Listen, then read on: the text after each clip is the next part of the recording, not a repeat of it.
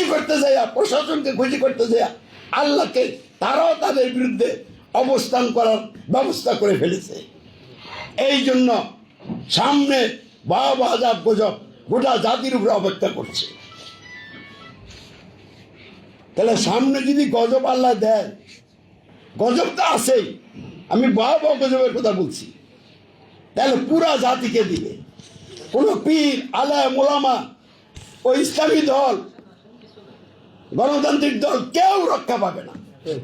কিন্তু এটার আলামত দেখা যাচ্ছে।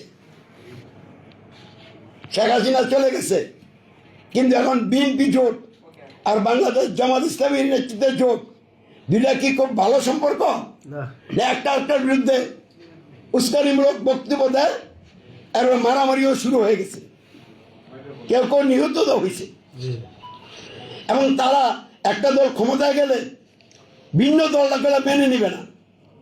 আর আওয়ামী লীগ যারা করে, তারা যদিও এখনো চুপচাপ, তারা কিন্তু তাদের একটা চিন্তা নিয়ে আসে। তাহলে এখন রাষ্ট্রটা কে চালাবে? চালানোর জন্য তো একজন নেতা লাগবে। তো নেতা কি দেশে আছে? কারণ এই দলের যে জোটের যে নেতা, এই যে 11 দলীয় জোট, এই 11 দলের জোটেরা কি ঐক্যবদ্ধ হয়েছে? না নির্বাচনে ফায়দা হাসিল করার জন্য জোট হয়েছে? এটা কি কোনো ঐক্য? তাহলে এই 11 দলীয় ঐক্য নাই, জোট আছে কিন্তু ঐক্য নাই। তারা বিভিন্ন মত এবং পথের লোক।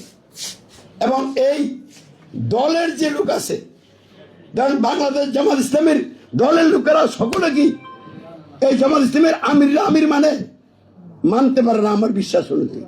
কারণ বাংলাদেশ জামাত ইসলামী তো কিছু লোক আছে যারা ইসলাম সঠিকভাবে পালন করে, সঠিক ইসলামটা চায়, তারা গেলাম নিরাশ।